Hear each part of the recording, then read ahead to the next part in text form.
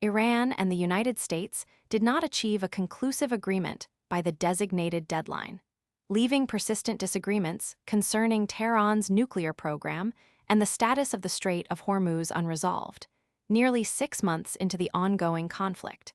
In lieu of an accord with Washington, Tehran announced it had reached an understanding with Oman concerning a proposed commercial transit corridor through the strait. However, implementation of this initiative remains contingent upon U.S. approval and critical issues, including the blockade imposed by the United States, the future of Iran's nuclear program, and wider diplomatic negotiations, remain unsettled. The Strait of Hormuz, through which approximately 20% of global oil shipments pass, continues to be central to the impasse. Iran maintains its demand for control over passage through the strait, while the United States insists on unimpeded commercial navigation. Official statements from the Iranian Foreign Ministry indicated progress in negotiations regarding the route's mapping, with efforts underway to finalize a joint statement. In public remarks, President Donald Trump emphasized the administration's position that preventing Iran from developing a nuclear weapon remains paramount.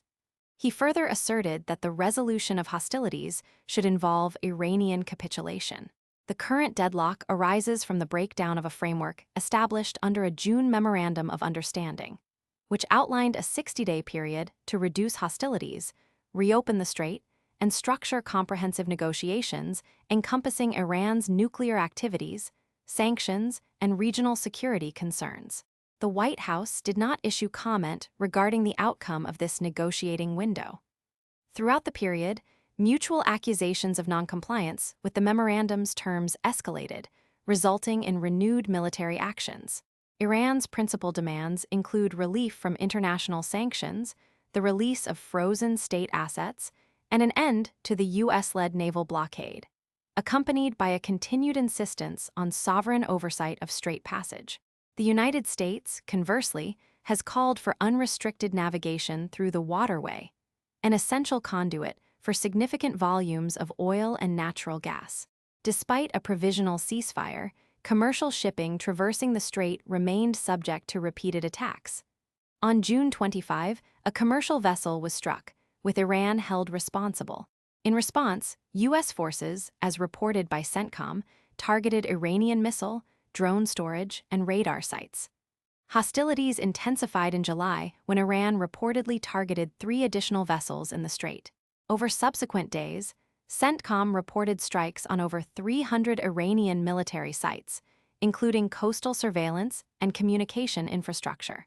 U.S. operations targeting Iran's maritime and air defense assets continued through late July.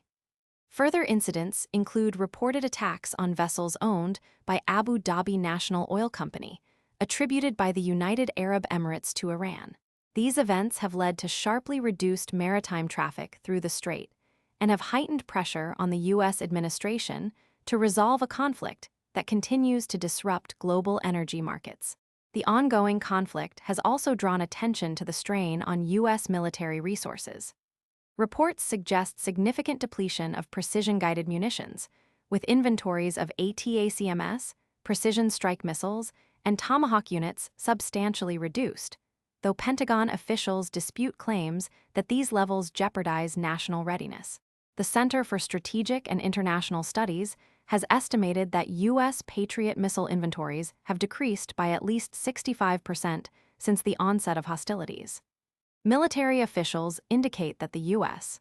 Navy is capable of sustaining its blockade through rotational deployments.